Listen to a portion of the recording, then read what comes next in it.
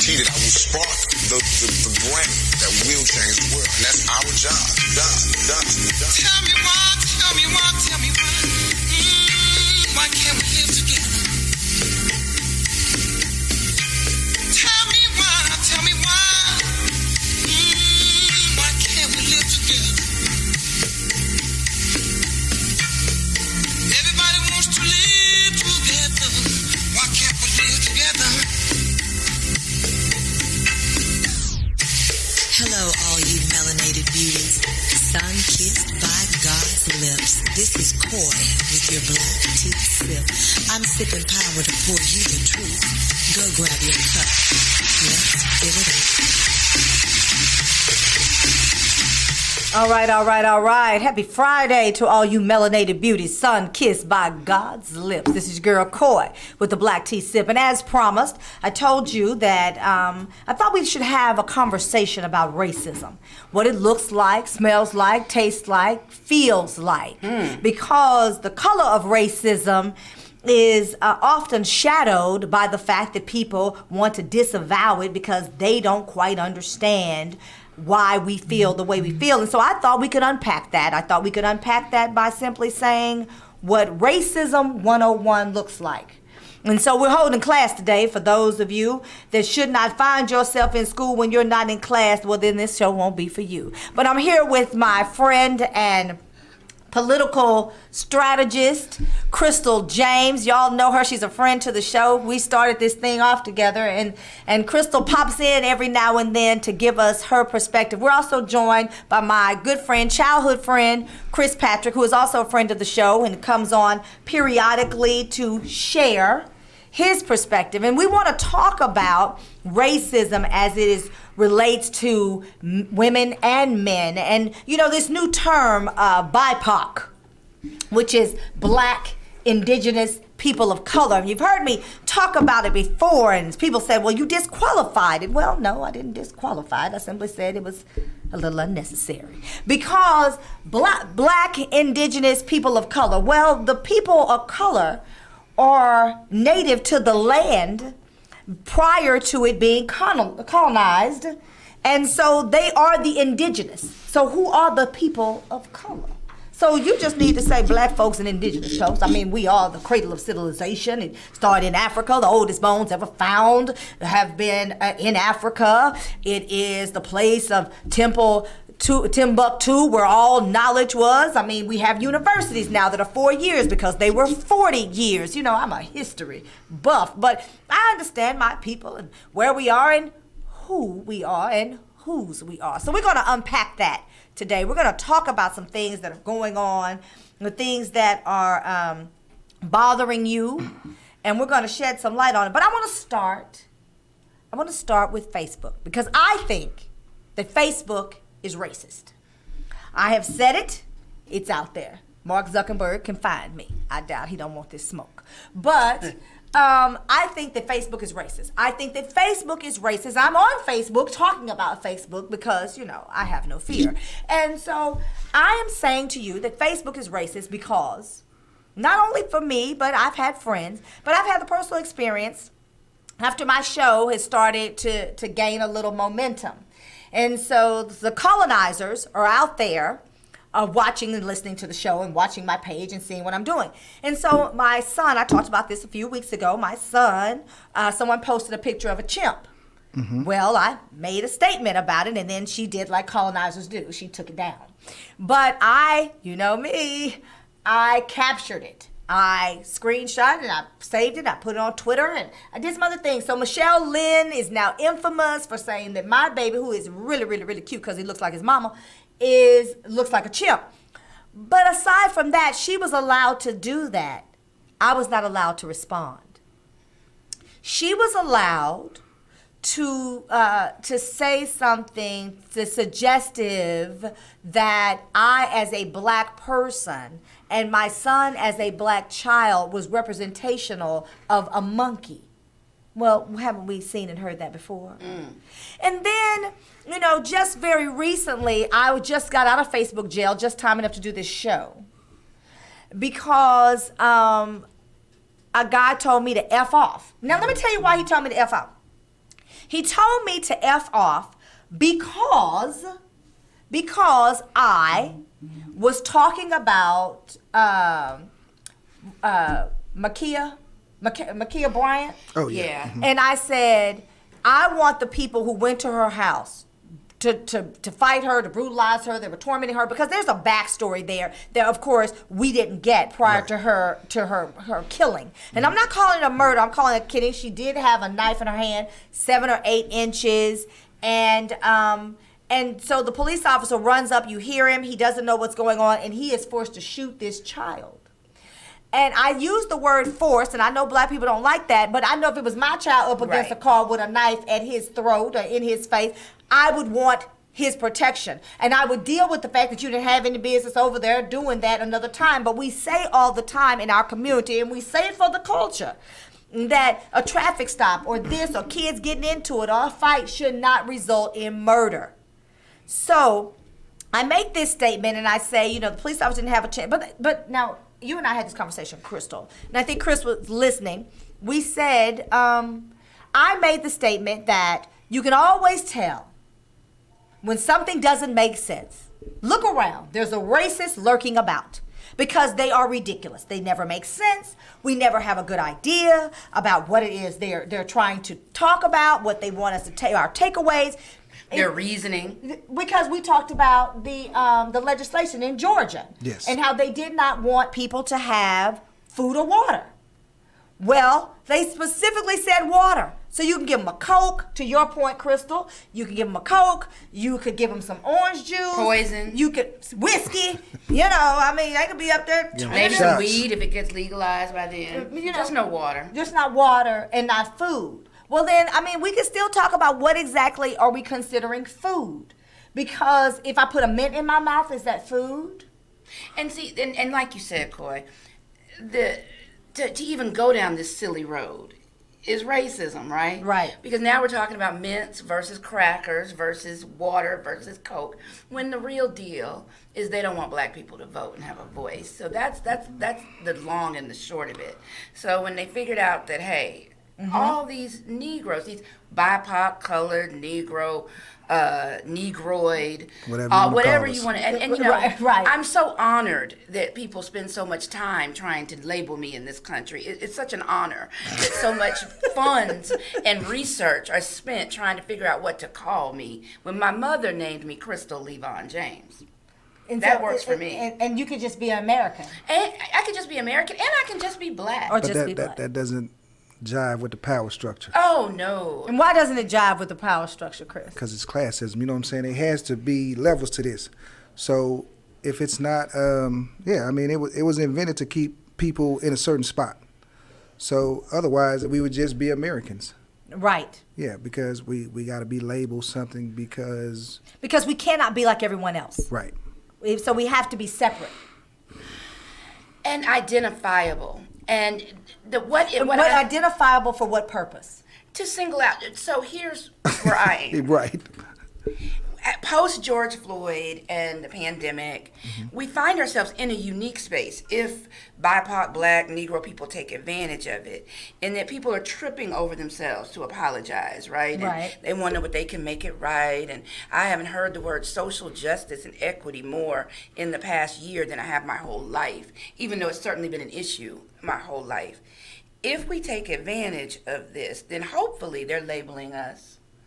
The reason they're labeling us to call things not urban anymore, not poor, not at risk, they are calling black people black. And when everything else was a euphemism, right, we can use that to our advantage. But their purpose is to single us out to say, listen, we're going to provide all this opportunity, all this apology. Still, you aren't going to be doing any better, and it's your fault now. Right. That is their purpose. What we can do is turn it around and say, no. It is the labeling and the lack of equity for the past generations that has led us to this point. To your point, let's talk about something very quickly, because I want people to understand the difference between equality and equity. So I'm going to break it down like this. Those of you that know me know that I have a degree in secondary education, and this is what I told my son. When he said, well, what's the difference? He was asking the difference between equity and equality. And I said, well, I said, you know what equality is? And he said, yes. And so they've had this issue at the school. And my son said, well, equality is equal rights, equal fights. So I said, okay, sort of. And so we laughed about that. But the other issue was, when we talk about what's equal, well, we had that whole separate but equal thing, and then they said, okay, well, we'll give you the textbooks. But those were the same exact textbooks, but they were 5 years old, 10 years old. The pages were torn out of them. So you had the textbooks. So there was a certain amount of equality in what you were getting, right? But you were separate from the people who were getting the brand new textbooks. So if the textbooks were still made by McGraw-Hill, and the information was seemingly the same, they said, okay, well, look, that's equal. But the equity, and I tell people this all the time, is tangible, and it usually has a monetary value.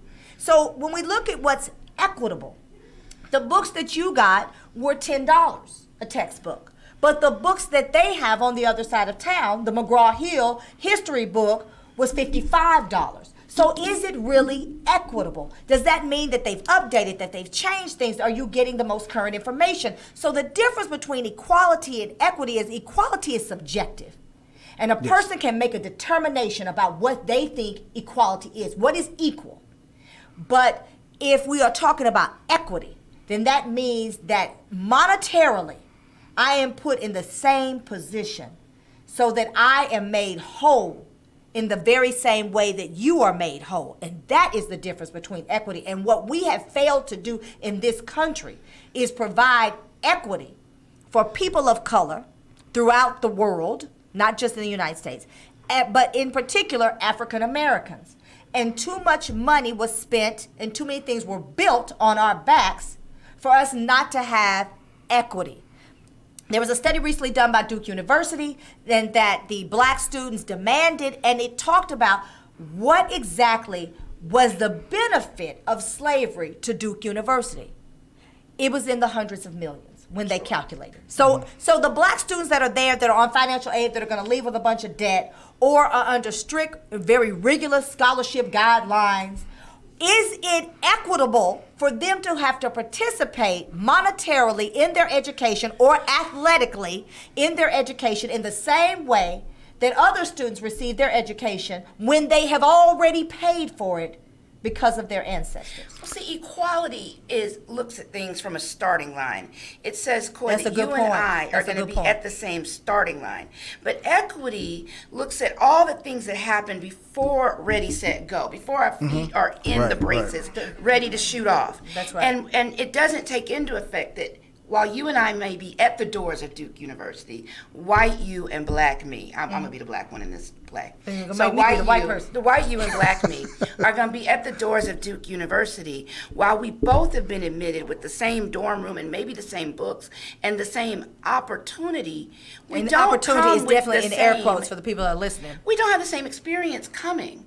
So that is where equity, white people want to erase the past and say, you've got it now. You can live next to us now. Barack Obama was president. Barack Obama's been elected. Yes. But the generation of horrific systemic racism, the toll it's taking on our health, our wealth, and our spirit is not taken into account. So I was just talking to you about they're going to look at black people and say, we've made up for all the wrongs. Why aren't you doing any better?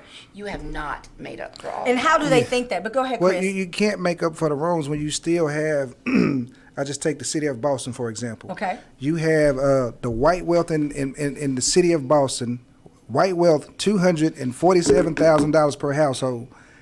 And for black households, it's $8. In Boston? But we're in equal. Boston. There's equity. In Boston. $8? $8. $8. So that's what we talking about when we talk about equity. Like this, we got to fix that gap. You think it's crazy, and that's just Boston. That gap is insurmountable. Yes. There's an insurmountable gap. So the question is, how do you close that gap? So here's one of the things that was Cut very the check.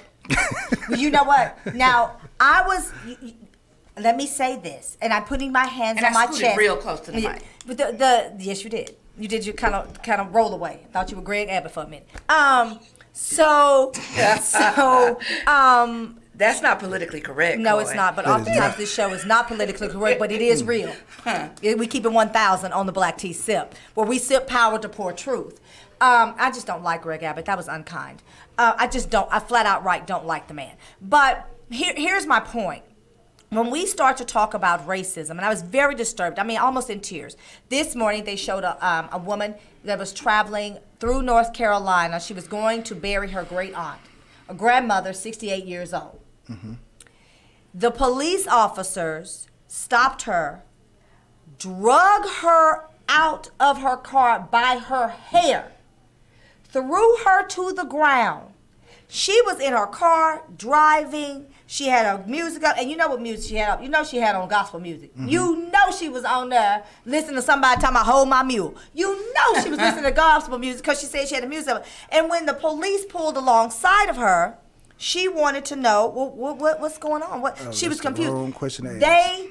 They literally said in the incident report, when they pulled alongside her, she looked confused as to what was going on. Yet, they pulled her over. She finally stopped because she didn't even know they were behind her. She said her music was up. She didn't hear any sirens. And you have to know this about older people. They are looking straight ahead.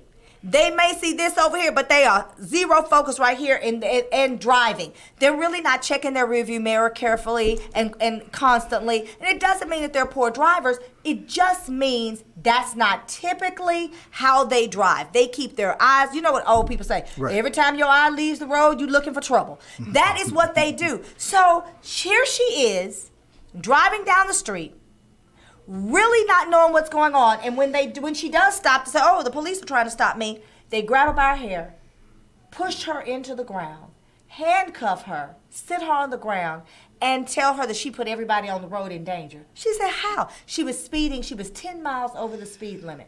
But they are joking. They have them on camera, laughing and joking, talking about he had a handful of dreadlocks. The other man said, that's good police work there. That's good police work. You hillbilly. And so at this point, because I mean, only a hillbilly would think that. I know the people in Appalachian Mountains are saying, what did I do to you? But, hillbilly. So, I mean, the idea of what we're facing in this country with racism is the fact that you know this woman doesn't know what's going on. And you know that this person has not committed a crime. They're 10 miles over the speed limit. That is nothing to make a person decide that they need to brutalize you, other than the fact that you get a kick out of it because of the color of her skin. But Americans not racist per Tim Scott. Well, so I'm glad you brought up Tim Scott. Oh, okay. There are some people that we just, and I'm not saying he gets a pass. He doesn't get to come to the barbecue or the picnic. But you just don't give any credence to, because that's the only way that he feels like he can eat. I don't believe that these Negroes who do this, who drink from the colored water fountain, simply so that they can demonstrate it's nothing wrong with the water. That's Tim Scott. Yes. He goes and drinks from the colored water fountain just so he can say, y'all, I mean, even though that water's a little brown, there's nothing wrong with it. There's nothing wrong with it. And that's Tim Scott. We shouldn't even give credence to the Tim Scotts.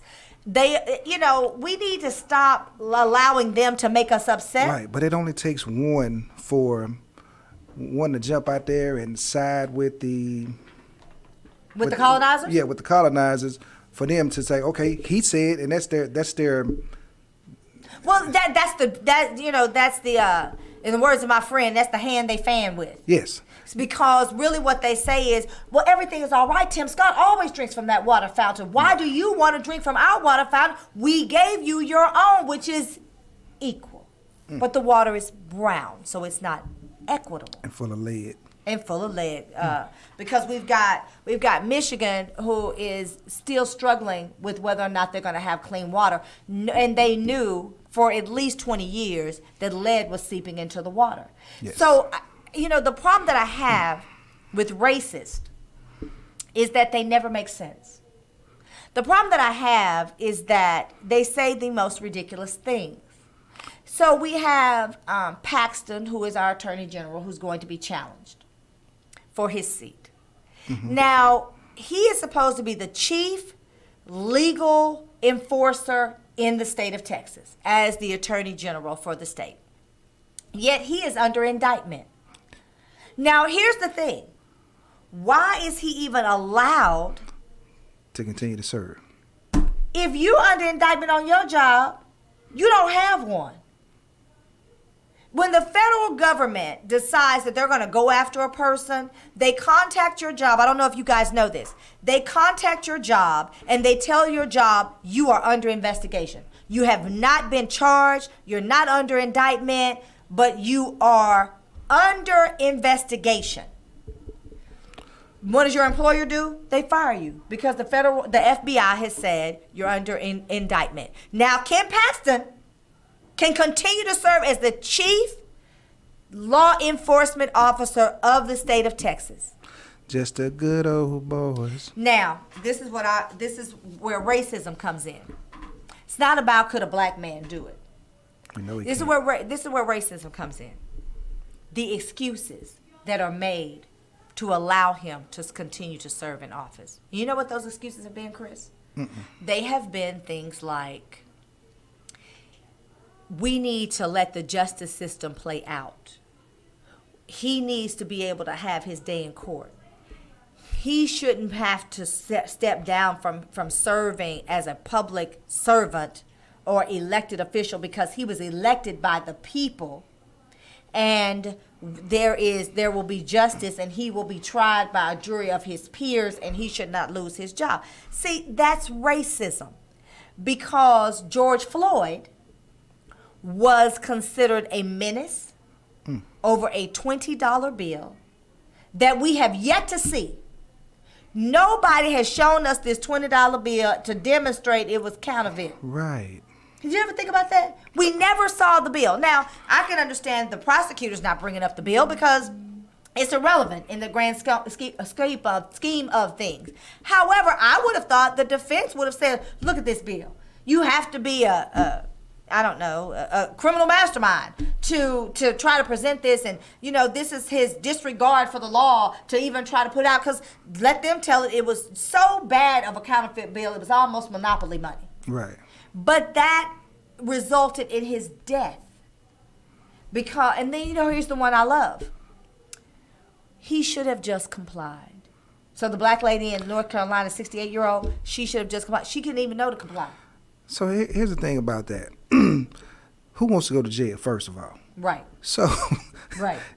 And then, to have questions like, hey, what's going on? Why are you stopping me? Like, what are you accusing me of? Like, those are legitimate questions. But you can't ask those questions because they're always met with, you're not complying, you're resisting arrest. Right. Well, I need to know why you're arresting me. I need to know why you stopped me, why you even bothered me. So the Constitution says that you will be told. That's what due process is. Mm-hmm. Due process is you are told what you have done and why you are being detained and or arrested. Yes. Anytime a police officer stops you and they ask you for your ID and you decline, you are then being detained. They have to tell you why. Correct. They don't want to say why because usually the reasons are very frivolous. I said before, if it is racist, it's not going to make sense. If it comes to you and it doesn't make sense, look around, there's a racist lurking about. Because what has happened is they have made a determination, Dante Wright, based on the color of your skin. So in that instance, what do you do, as because you're a victim at that point, in my eyes. Right. What do you do because you want to make it home? So that's a very good question. And we have seen it go bad whether they complied or not. But here's the problem that I have when people are stopped. I have a problem with the fact when they say things like, man, just that all he had to do, he shouldn't have talked to him like that. It is frustrating to be harassed by people when you know you are being victimized. When you know there's no other reason for them to do the things that they're doing to you other than the color of your skin. Right. So experience-wise. Yeah. So I've been stopped a couple times, and I knew the times that I was stopped just because I was black. Mm-hmm. And in the past, and even in those times, like I knew why they were stopping me, but I didn't feel threatened, right? But I can't say that today. Right. Even though, because like I've always complied, like I've always been like respected, like the police authority, right? But like now, man, and plus I got a concealed handgun license, right? So that's my number one fear. Like they're gonna stop me, they're gonna know I got a gun in this car, and I don't know what they're gonna do. So the way that works is you're supposed to tell them that you have the gun, that you give them both, and then they tell you. But then we saw that go bad. Right, and that's my fear right there. For Philly Castillo, we saw it go bad for him. So what is, when we talk about racism, I think what we really need to be doing is not, we know what it looks like, right? But it's for our counterparts. We need to be able to educate them and tell them what it looks like and what it feels like and what it tastes like and what it smells like in ways that are real to them. Corey, they know. No, they didn't. They did not know before George Floyd. No, they knew. They just chose to close it. I mean, you have to know. I mean, you take Jane Elliott, go back. The little experiment she did, she asked these people. Nobody stood up because they know. Like they turn a blind eye because it's not really affecting them. We say that they know. Okay. But the part of that was when she asked them to stand, because you're talking about the white lady, older lady that goes around and talks about racism and tries to help her peers, our white counterparts, understand what it looks like. But part of would you like to be black? Not all of that was about treatment. Some of that was about stereotypes that they have given us through centuries. Okay. So some of that was not about treatment, because white people, honestly, not all. So let me, I say this on the show all the time. All black people are not good. All white people are not bad. That's correct. And that's real. That's real. Because I've had white people help me where black people was trying to slit my throat. So. Yes. And so I don't want to suggest that I think every white person is against black people, because half the time when you really look at it and we start to unpack this thing, they are in their own bubble. They have very little experiences with black people. They don't have anything against black people. It's just not part of their everyday norm. Right. And black people seem to think that's not reality, when the truth is I have a very dear friend who is a friend of this show, who has been on here, who will tell you she grew up in Detroit, Michigan. She literally did not deal with white people until she got into the workforce. She was 22, 23 years old. She had lived 20 some odd years before she really had regular experiences with our white counterparts. And even though she went to FAMU, Florida A&M University, for those who don't know, historically black college or university, that's the disclaimer there.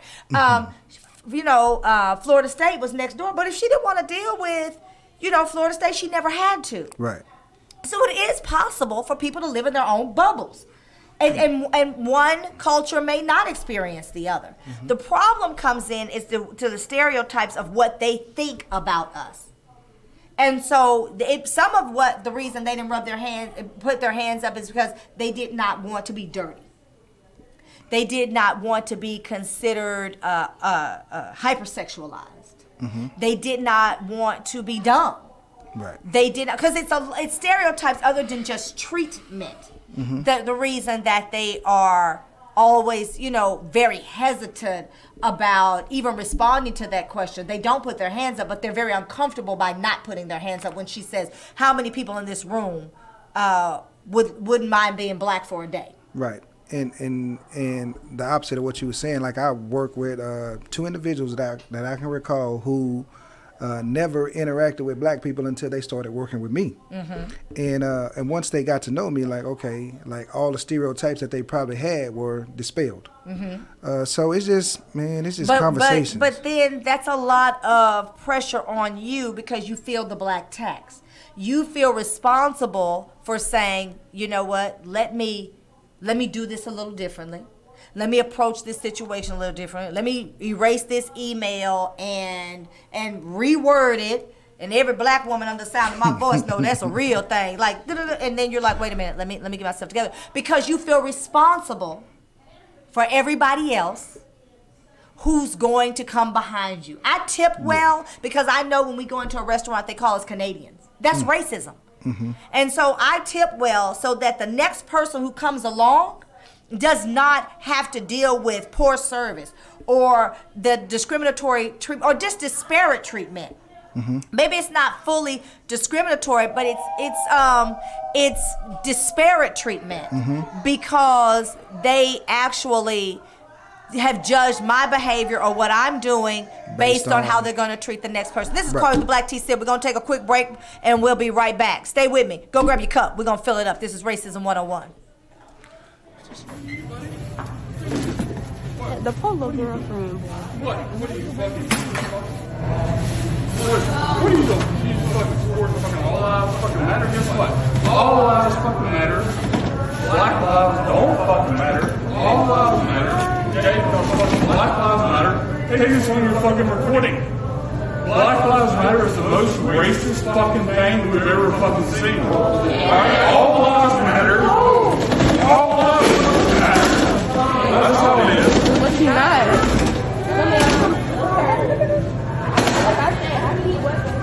What about goddamn girl lives matter?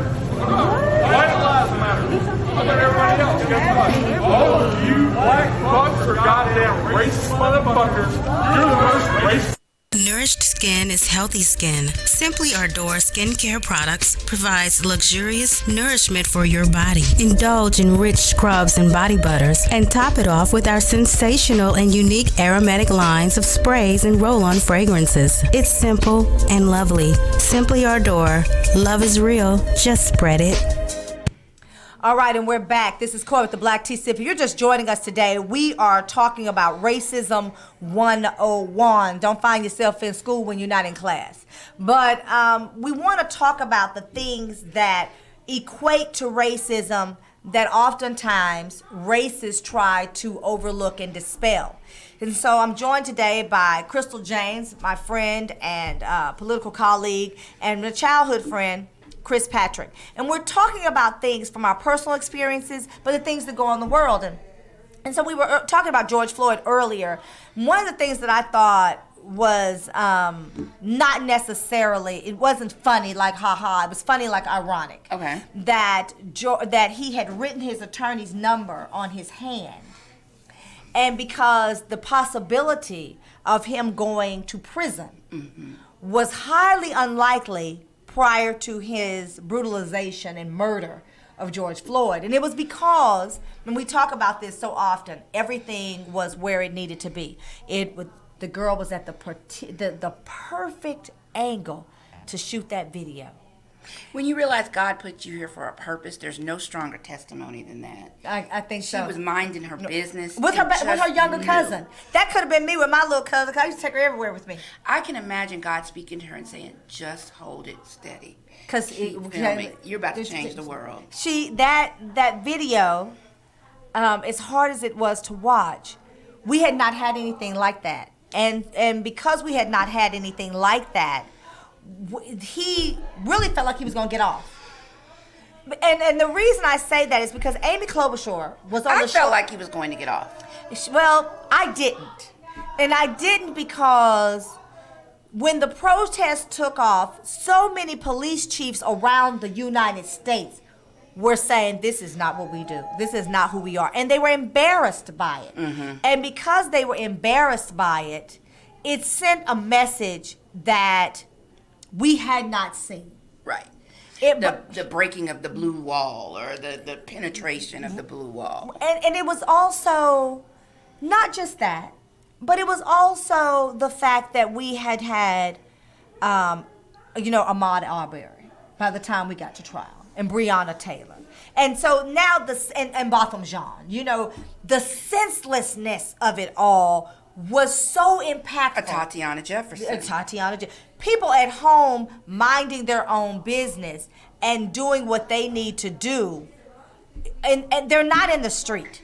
They're not non-compliant. These people, all Ahmaud Arbery was doing was taking a job. Black people job, contrary to belief. All Tatiana Jefferson was doing was at home with her nephew. She didn't have drugs. She wasn't in a prostitution ring. She wasn't holding, some kind of gambling shack. She was at home playing, letting her little nephew stay up because mama makes him go to bed. That's what good aunties do. She was at home. Botham John was watching the football game in his underwear, eating ice cream. On his own couch. I got stats. Let's hear the stats. Okay.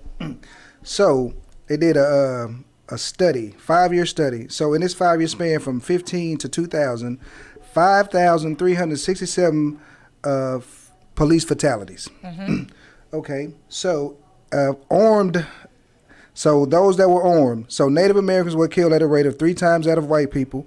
Blacks at a rate of 2.6 times white people, and Hispanics 1.3 times the rate of white people. So unarmed, blacks were killed at a rate of 3 times white people, and Hispanics were killed at a rate of 1.45% times white people. So when they say that it's not a difference in policing, the numbers don't lie. Well, but we have to talk about the number of police what stops. The number at every point of interaction with law enforcement, we are overrepresented. Just like they're watching you on Facebook, law enforcement is looking for us to do something wrong all the time, and it's existed. It's from the patty rolls, and I think it's important for people to understand. Policing comes from poor whites who did not own plantations, trying to carve out a living, who contracted to bring runaway slaves back to the plantation to their masters. That is how policing started. Right, but we also got another issue. Like a former police brought this up, that there are quotas. And so even when I remember this when I took defensive driving, like the guy was telling me that they're required to, and I can't remember the number, but you're required to make a certain amount of stops per day. Whether they result in citations or not, you have to make a certain amount of stops. Oh, and Chris, the number changes depending on how much money the city has made that That's year. right. That's so exactly if they're low on budget, they got to up those stops because they make that revenue. That's right. And, you look at cities like Pantego and Dalworthington Gardens, and all of their revenue is built on citations. Oh, wow. Because they don't have any economic development. They don't have any businesses paying taxes. Yeah. It's just citations, just to stop you and me. Don't be driving the wrong car. Don't be there at the wrong time of day. And that's right here, less than a mile from where we're sitting. Yeah. Well, here's the thing. Whenever you're traveling, I remember coming from Jacksonville, Florida, with my friend and sorority sister, and we were coming home. I was bringing her home with me because that's what you do when you're a Texan. We're hospitable. And so, and I remember we had gotten out like Dairy Queen and got some ice cream or something. Because she was like, oh my God, it's a Dairy Queen. And she had heard about Dairy Queen from Chicago. She had never had Dairy Queen ice cream. I was like, it's not that great, but okay, we'll get Dairy, we'll get ice cream. And when we got started, and I used to have a convertible Mustang, Chris remembers, and I was flying down the road. And I got stopped. And he asked for my driver's license. Well, when we got back in the car, I could not find my wallet. And so I was looking for my wallet. And so I stopped and I was talking to him and I said, well, I know my number. And I said, I'll give you all of that. And she was still she was like, well, I know it's here. Not menacing. She just kept saying, I know it's here. You just had it.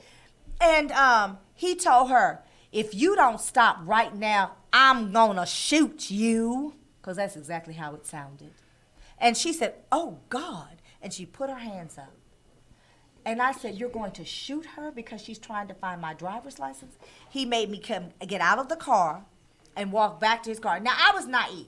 See, this is before social media and Facebook when they were showing us they were murdering us. See, so I'm thinking murder is over. It's just on, I don't know, whatever, movie you're watching. But murder, police are not murdering black people on the street. Like, I was so naive and stupid. And certainly not unarmed. And a black girl? In law school? I don't even weigh 120 pounds now, so I didn't wear money then. I wasn't, I was probably like 99 pounds, $105, little on me. So, certainly not me. Like, I would not get Sandra Bland. That's what I'm thinking.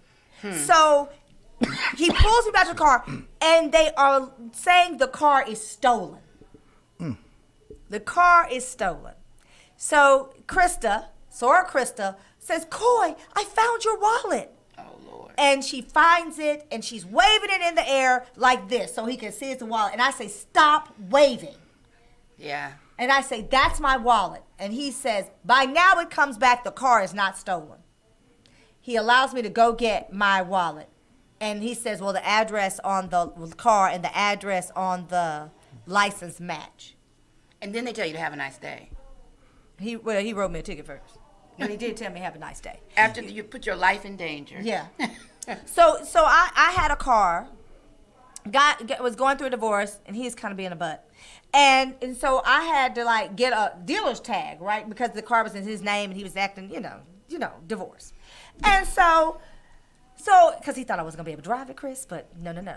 So I called my homeboy, he hooked me up, because, that's what we do in our culture. You got somebody that you call could help you along the way. Right on. He got me. Explaining that to the young lady here today. We got a network, a secret network. We got a secret network, and I called my boy, and he was like, he called me literally 10 minutes later, where you at? Because, in the black community, you use the word at because it shows love. Mm-hmm. And so we do hide behind the preposition intentionally to show love. And so he took it to my parents' house, and I got it. So I have this dealer's tag till I can get my divorce and the car situation under control. And I get stopped. And this big, burly white guy, like a corn-fed white guy, you know what I'm saying? He's like, where are you going? So I don't like the question. I mean, by now I do know that they're murdering us, but not me. And so I say, this away. And he says, what is this away? And I say, north. And he says, so you're just traveling north? Yeah. So you don't have a destination? I said, I don't have to have a destination to drive my car, officer. Right. I don't know where I'm going to stop. So he said, I said, I'm just driving. I just feel like getting out. I'm just driving. My friend who is on the phone, who is in D.C., like a brother to me, he is screaming, call my name. Don't call it. He's screaming. I just turn the volume down. I give him my license. I mean, he is nasty to me. He is ugly to me. I give him my license. When he comes back to me, he is as pleasant can be, because I had not had a ticket at that time in several years. Mm-hmm. Speeding, nothing. So there was assumption that it was going to be something on you. Well, because I had a dealer's tag on the car, so because it's a dealer's tag, the car I must be a criminal. I must be a criminal because there's a dealer's tag on the car. So that's racist. Yes. But if you tell him he was racist, he would say no. Right. Because he didn't touch me, he didn't do anything to me, he checked my license, and he let me go. So he's not racist. By virtue of the stopping me was racist. Yeah. It's implicit bias, and that's a real fancy word for just being... It's implicit bias. That's just a fancy word for being prejudiced, right? He assumed that you were black and a criminal. And because it was a nice car, I'm sure, and it was dealer tags, perhaps you also stole that car. My question deeper here for all of us is, once you call a thing, and you know that about white police officers in urban areas, how do you change it? How do we change that? And how do we protect our sons and our daughters by extension that situation? I had an idea and I couldn't get it off the ground. Maybe I should try again. I think they need to see our children with their pants below their waist and, the gold grill in, like Trayvon, who doesn't wear it every day, with their hair blown out or in dreads or braids or whatever they're doing. And I think they need to see our counterparts with blue hair and piercings. The punk rockers, the white girls, and all the white boys with the black fingernail polish on, the black lipstick, and then look at us 5 years later. Because, see, Trayvon was doing that then, but when he went off to school, he wasn't going to come back that same kid. Right. So I think what they need to understand is those are our ways of rebelling and having your look a certain Teen way. angst. But they get a pass. But if you don't know this community that you're policing, like, you're going to always have issues, right? So you can't take a white guy from Nebraska who has no interaction with black people whatsoever. Except what he sees on TV. Right. And then put him in deep Oak Cliff and expect for it to go well. Well, that's my point, though. And so that's why I wanted police officers to see us, to see us one way at 18, to see us another way at 20. You're not giving us the opportunity to fulfill our prophecies. We don't get So to have let the me- evolution of us, let me- and they get to have the evolution of them. Let me go to where Chris is going, I think, though.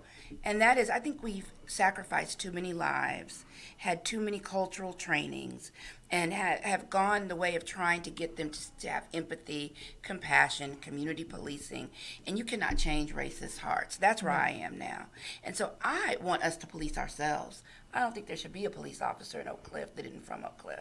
And I don't think there should be In anyone Stop 6. policing us in Right, Stop right, 6 right. that's not of that community and doesn't understand our nuances. Right. Because you're right. A kid punk rocker that's rebelling against his parents is no different than our children that want to not get their hair cut regularly. And my brother tried it too, and sagged their pants. Same teen angst, same period in life, Right. but we're viewed as lethal. I don't think that changes soon. And as long as we keep trying to change, bring in even black police chiefs to try to infuse different leadership. Well, here's the At the problem, end of the though. day, you still have racists with guns in our communities with power, and we keep dying. I don't think we have time for any more training. You know, one of the things that I find very disheartening in just Dallas County politics, and you know, you and I have talked about this, is there's a white guy named Jeff Dalton. And Jeff Dalton, in 2 election cycles, he had made something like $2.7 million. In Dallas County, for those of you that are listening to me from other places, is 52% black. So this being the chief political consultant that's putting black people in positions in the county is odd. Well, then you look at Carol Donovan, who is the Dallas County Democratic chair. And she and Jeff work together. So typically, if you get Jeff Dalton as your political consultant, then you get the resources and the advantages of Dallas County Democratic Party.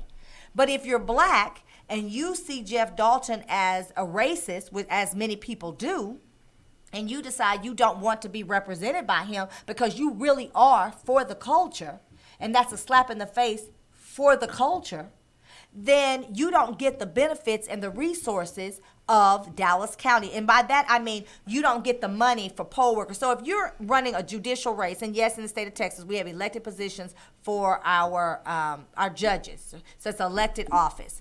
If you are, just in Dallas County, but this is all throughout the state of Texas, if you're running and you need poll workers just to hand out your literature on the day of early voting and election day, that can run you very easily somewhere between $15,000 and $25,000 just to be able to pay them and feed them for those 12 hours every day, early voting and election day.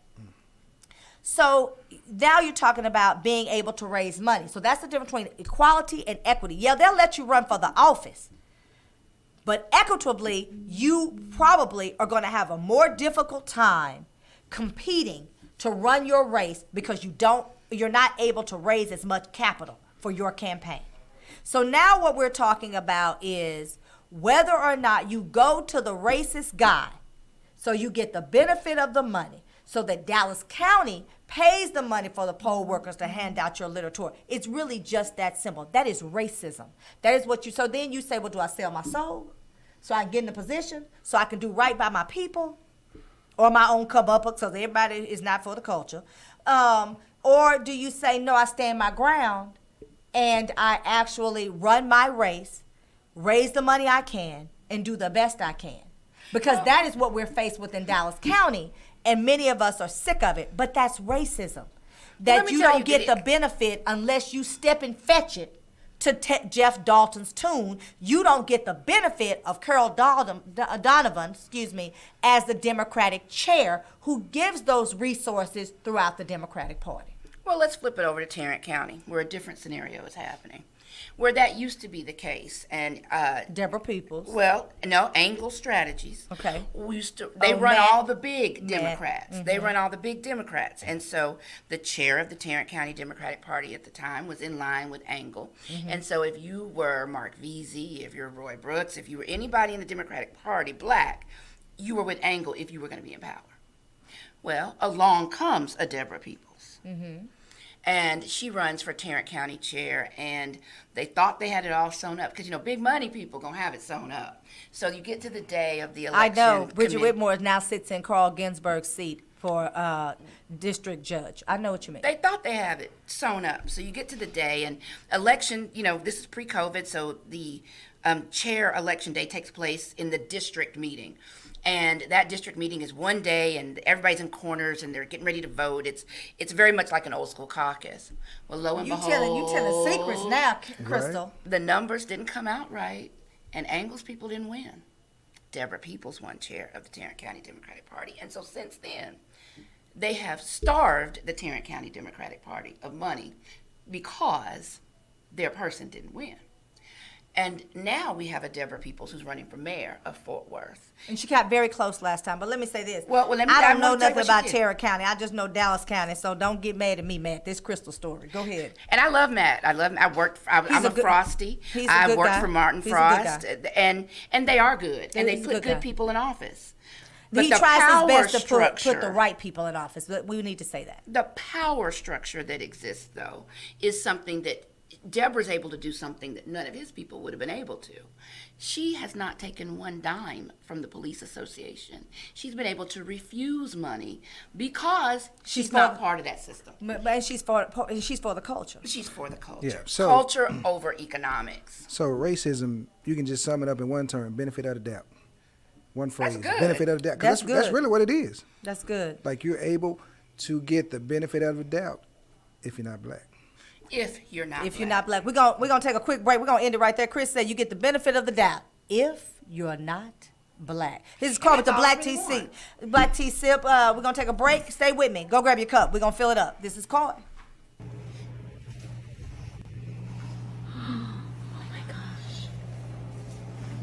Holy cow.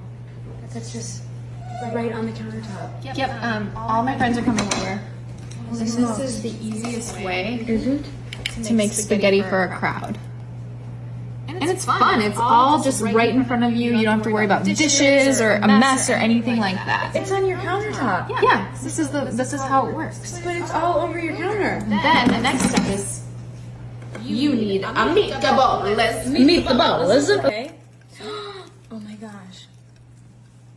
Oh my Right in line. gosh. And you've done this before. Oh yeah, we do this all the time. This is like Holy literally smokes. This is fastest so way. cool. to feed a ton of people. So Cheese. that's Parmesan cheese? Yep. You just go in a straight line. Yeah. Everyone loves good cheesy Oh my spaghetti, gosh, so you want to of make sure course. that you're getting enough in there. Right. Okay? Yep. Wow. And then you take your noodles. Oh my gosh. And you just dump it. Yep. Could be a little hot, so be careful. Sure. So you just shake it out? Yep. Oh my gosh. And this is not, I don't think this is going to be enough noodles. Yeah. So you definitely want to make sure you have enough. Right. Because you don't want your guests to go hungry. I would never want my guests to go hungry. Okay, so pile them on up there, Wow. just like that. Wow. Okay? It's like steaming. Yeah, Oh my it's gosh, hot. that's so cool. And now, What do we do? well, you gotta mix it up, girl. Okay, let's mix it up. So, take, You just fold it in. yep, just fold it in. Fold just it like in. That. This is right in. Yeah, how delicious is this look? It looks so good. And then at the end, you kind of want to like really get it in Yeah. there. You want it all covered. This is amazing. Where did you see this? Like, is this a family tradition? Well, I'm Italian, Yeah. and real Italians, this is how you make spaghetti. Oh, I didn't know that. Yep. And then, if you want to, Yeah, what can we do? add a little salad at the end. Oh my gosh. Right? Yeah. Here, like that. You see that? Yeah. Heck yeah, I do. Italian. Oh my gosh. Duh. What do we do with that? Just put it right here. Yeah. And look, this is like everything you need This is everything you need. for an Italian. This is a definition of family style.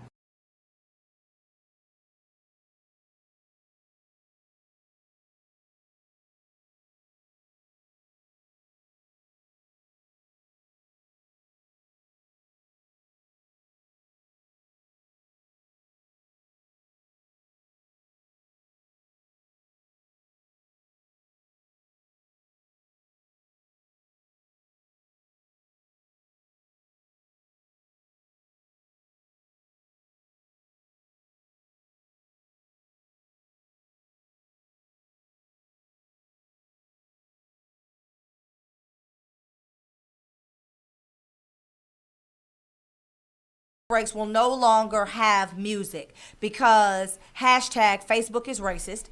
They continue to mute me, so it gives the impression that there's something wrong with the audio on my show if I play music, even though Fishbowl Radio Network is a radio network that plays royalties for the songs that they play. But Facebook has decided I can't play them. So right now I have 20 disputes that I have to file with Warner Brothers or UMG. Sony has since started leaving me alone, but I filed them. I win them, but they suppress my show for 2 or 3, 4 weeks afterwards. There are shows that they are now suppressing that I did at the old studio. Angelo, can you believe that?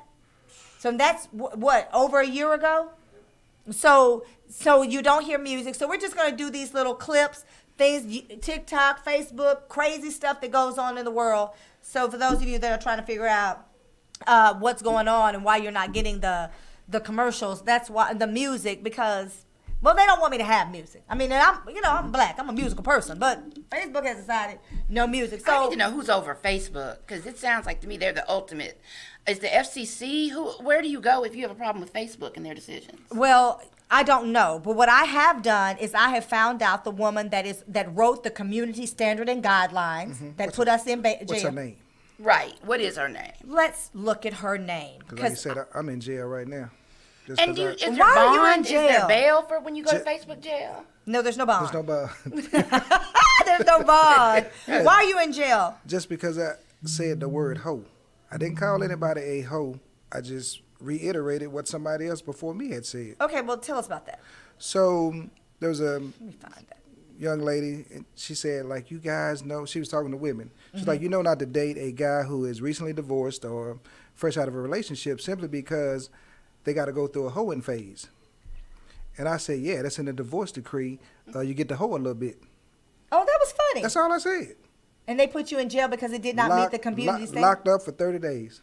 Okay, 30 days. So you get a note from Well- how does this, you get a note from Facebook that gives your quote and she's it says about what to was find wrong? out because she's on this show. Yes. Oh, let me just say, I'm a real jail and Facebook jail virgin here. Let me, So this yeah, is all horrible to they me. tell you you're gonna be restricted, basically. I think something like that. Yeah. And so you can dispute it. So I disputed. I was like, man, this don't make sense. Like, no, it's upheld. You violated So community that you standards. appealed it, and I then they did. upheld their decision. Yes. Okay, so here's Is my 30 days the first sentence? No, or do No, you start off I'm with a- shorter? I'm a repeat lately, offender. Lately, I've been getting 24 Recidivism. hours. Recidivism. I've been getting 24 hours. So for me, what I thought was ridiculous, and I said, okay, this is personal. I was in a group, P&G. So it's pink and green, purple and gold, okay? Q's, Omega Psi Phi, and Alpha Kappa Alpha. There's not a dating site. It's just people on there laughing, joking, having fun. I often don't even comment. But this particular person we were joking back and forth, and I said, and I quote, slow your roll there, young grasshopper. And I posted a gif of a dog riding on a turtle's back, moving very slowly. They said that violated community standards, and they wanted me to know because that was my first infraction. So I was like, what are you talking about? So I appealed it. When I had an argument, because like my show is getting a little attention from the Fox people. Like somebody has reported me to the Fox people, and now the Fox News and Friends people are on my page all the time. You can go to the Black Tea Sip page. I got receipts. So I said, okay, I got to get into a tiff with them. And they said that violates, because I called them a racist ass or something. And so they said that violates community standards. So I appealed it. They said, you know what? We're sorry. I mean, I'm paraphrasing. They said, it can be unsettling when this happens, but we want to ensure that people are being treated fairly. It's just like a lot of, I just heard Charlie Brown. I was reading it to myself, and I heard Charlie Brown's teacher in my voice, in my head. Wow. And so that they said that did not violate. Now, I'm calling this person a racist ass. And they said that did not violate because they started it. Mm-hmm. But then me telling my homeboy to slow his roll, they said, but that does violate it. But here's another question for me. Like the gift that you use, you got it from Facebook. It allowed you to upload. So that doesn't make sense to me. But they're saying the word. So her name is Monica. Question. Because I got receipts. So in your private group, someone in that group had to report. No. I just have Mark Zuckerberg's attention. They're just on me. Clearly he has nothing better Monica Bickert, Bickert, and I sent her a personal message. Your community standards are biased and disparate in the treatment of people and black people in particular. Your community standards will allow a white woman to call my African American child a chimpanzee. However, you will block me from educating someone through viable news sources as to voting and not taking less than 30 minutes. Even after I get clearance saying you understand that it can be upsetting, however, you reviewed it and you see that there is no violation, I am still blocked for the entire 24 hours. Notwithstanding, you say that I have violated community standards when I am teasing a friend, and clearly content is jovial as it is indicated by the laughing emojis. You will block me. I referenced a TV show and called the person a young grasshopper and said, slow your roll, and posted the gif of the dog riding a turtle. How does that violate community standards? Then I received a message saying after I appealed, you reviewed it again and still found fault with it. Why? You didn't find fault with the man mocking black people and talking down to the black woman about voting on my page, but you'll find fault with me saying slow your roll to a personal friend and referencing the Kung Fu show of the 1980s in calling him a young grasshopper. This makes no sense. This algorithm needs to be fixed. Too many people of the African diaspora are saying the same thing. We are tired of white people, white supremacists, and other non-black people attacking us, and then you find fault with us. You are suppressing our ability to speak, respond, and have a voice. Censorship should not be based on race. Oh, you're going to be in jail for a long time. No, I'm going to be in jail for a long time. Yeah, you're going to be in jail So for a long then I time. found Richard Allen, because Facebook is racist. And I found Richard Allen. And he is the person of governance and some old long made up term that means absolutely nothing, but he gets a big check. And I said, recently I received a message saying that I had violated the community standards policy. Then I received a letter saying that it had been reviewed and that you had erred. However, I was still blocked. Then I received a message saying that after I appealed, I was still violating the standards. And I said to a friend, I go through the whole TV show and the young grasshopper, blah, blah, blah. And then I said, slow your roll is a term that is often used in the African American dialect to simply say slow down. All of the emojis leading up to my statement were jovial, indicated by, and I put the laughing emoji. Then I said, Facebook has people reviewing these disputes that do not understand our culture, do not know our language and our communication styles, and are making biased judgments about a classification of people as they are speaking to one another. I actually was communicating with a personal friend. We are laughing. I posted a GIF with my message of a dog, blah, blah, blah, and I go through all that. Then I say, your algorithm is biased and consistently displays disparate treatment of people of the African diaspora because the people which are reviewing these quote unquote disputes do not understand the people they are speaking or the context in which they are speaking to one another. This needs to be fixed immediately. No response. But I did that because at some point, I want all of us to use, no matter what you're talking about. I don't care if you say it's your mama's birthday. I need y'all in solidarity for the culture to say hashtag Facebook is racist, either at the beginning or in the end. Because what needs to happen is Gayle King needs to get hold of this. Because Gayle is going to say, Mark, what is going on with Facebook? Why are you putting these people in jail? She's going to ask. Now, I may have big ambitions to get to Gayle. I don't really want to talk to Gayle. I just want Gayle to ask Mark or Mama Max. Somebody needs to bring him back before the Congress and ask him, what is wrong with your algorithm that it attacks black people? Because this is what I know. I was recently told after I talked about I wanted the girls who ultimately caused Ma'Khia Bryant's death.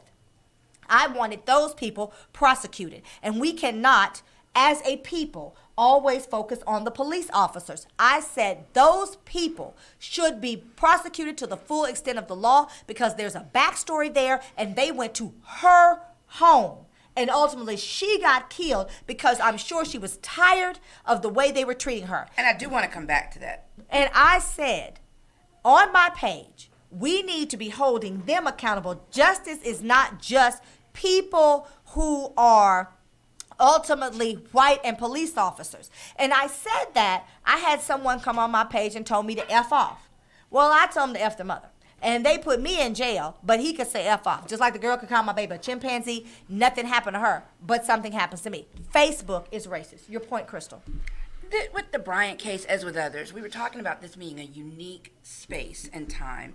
This whole wokeness post George Floyd, and every company wants to have a social justice statement. Everyone, all of a sudden, loves Black Lives Matter. When and 10 inclusion minutes ago, and diversity officers and equity. We need diversity, inclusion, and equity officers at every company. All of a sudden, which is great because all of us are going to get great jobs, right?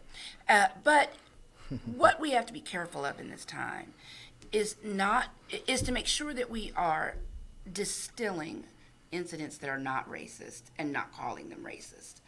It really does hurt our cause. It dilutes and it weakens. And I said that on my page. I said you dilute and you weaken the message. And, the intensity of the message dies because you want to group everything together. I got in trouble.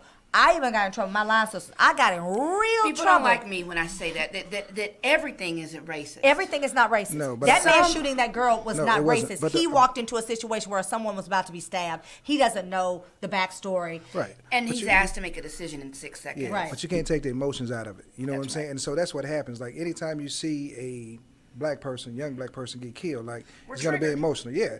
Well, we have trauma. We have PTSD. Right. And so but we still lost a young life.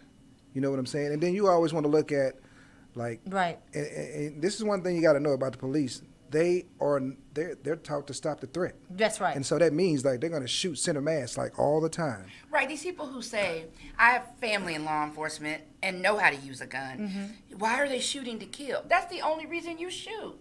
You do not shoot to maim. You don't shoot. I just want to flick them a little bit. No, if you pull out your weapon and you intend and you aim it and you fire, you are going for center mass, and you're going to cause damage, and it should not get to that point. Right. But when it does, all bets are off. Ain't nobody trying to just scare you. Well, that's the thing. Shoot. Why didn't he shoot up in the air? I got that on my. Why didn't he shoot? Well, the bullets got to land. Well, here and that's a valid point. But here's the thing: police officers are not trained to scare; they're trained to stop. Right. Period. They're trained to stop. If you take a concealed handgun class to get your license, they tell you if you pull your weapon, that is considered brandishing a weapon, and you will be arrested. Mm-hmm. It doesn't matter who was right or who was wrong. Black people, you need to hear me, because this is for the culture. If you pull your gun, you must use it because you are saying, I only pulled my gun because there was a threat, and you shoot to kill. You do not shoot to maim. You do not pull your gun to scare them away. You shoot to kill. Otherwise, you are going to jail. So to say what now, you have to ask yourself about a police officer, Dante Wright, God bless the dead. She didn't know the difference between a handgun and a taser. Right. So we can unpack that. We can have that conversation. But when they pull their gun, they are not they're not trained, and we are discouraged as people who, and I done said we and told my business. People who have concealed handgun licenses are not taught to brandish a weapon. You're not taught to shoot in the air. You are taught you must believe there is an inherent threat to your life or someone else's life, and you shoot. Because it had that happened in Texas as opposed to Ohio, because I'm not well versed on Ohio law, a person with a handgun license can legally shoot someone who, if they believe that person is posing deadly threat to another person. So in this child's case, God bless the dead, in this child's case, that could have been a passerby who said, oh my God, she's about to stab that child, and shot and killed her. Yeah, I think they have about the same laws as Texas. Okay. Ohio does. So we cannot we cannot decide that we're only going to focus on police brutality and not look at the various layers. Because when we're talking about racism, we lose our arguments. You know, I had. Although, let me stop you here. We may be about to disagree. Let's see. Okay, Let's go see. ahead. I do not believe that black people have to stop killing one another before police stop killing black people. I think that is a false equivalence. I mean, agree. because there's no Good. such thing. I had I'm to tell so sick somebody. of people. I had to tell somebody. This man's like, we can stop because y'all go on my page. They on my page, babies. They on my page. And my girlfriend was like, Corey, I'm covering you. I said, well, glory be to God. So she said she's covering me because she's starting to see the frequency of the nasty messages that I'm starting to get with this show. And I said, well, I have to look at it as entertainment. What is the word? Publicity. Thank you. I was going to say marketing. All publicity is good publicity because the Fox people have found me. But I'm saying that to say, I told him, so white people don't kill each other? Let's start there. Same rate. Same rate. Higher. White people kill white people all day long. Asian people kill Asian people. Most killings are passion killings, and you know the person you're killing, and you're likely to be around people who look Proximity. like you. You live by black people. Let's Black look people at live. that. White people live by white people. So don't come to me talking about until you all care about each other. Why should we care about you all? I'm not asking you to care about me. I'm asking you not to kill me because of the color of my skin. That's a racist statement That's right there. I was just gonna say. Until y'all, and who is y'all anyway? I haven't killed anybody. Right. Yeah, but and it's not just white people. We got to talk about this, y'all. Yeah. We got to talk about Tim Scott. talk about Tim. Do we have to talk about Tim Scott? I missed that. We And already people like talked him. about it. We talked about it because, and Chris made a valid point, they use him to beat the drum that we don't know what we're talking about. That's what did he say? Racism does not exist. Is that what he said in the response? And he's not the first, and he won't be the last. The problem is J.C. Watts, is that his name? Who, there's always one token in the Republican Party. Candace Owens, and it's like, it's a bunch of them. Yeah. It's not a bunch of them, but what's they just her need a name? few. Alan West here, right? Yeah, Alan West. What's her name? Lauren. She's the white girl that had the Ingram. black boyfriend. No. And I posted on her thing. I said, baby, because you sleep black don't make you be black. Right. You know, and just like he sleeps white, he's not white. So I got a lot from that because. And you didn't get put in Facebook jail for that?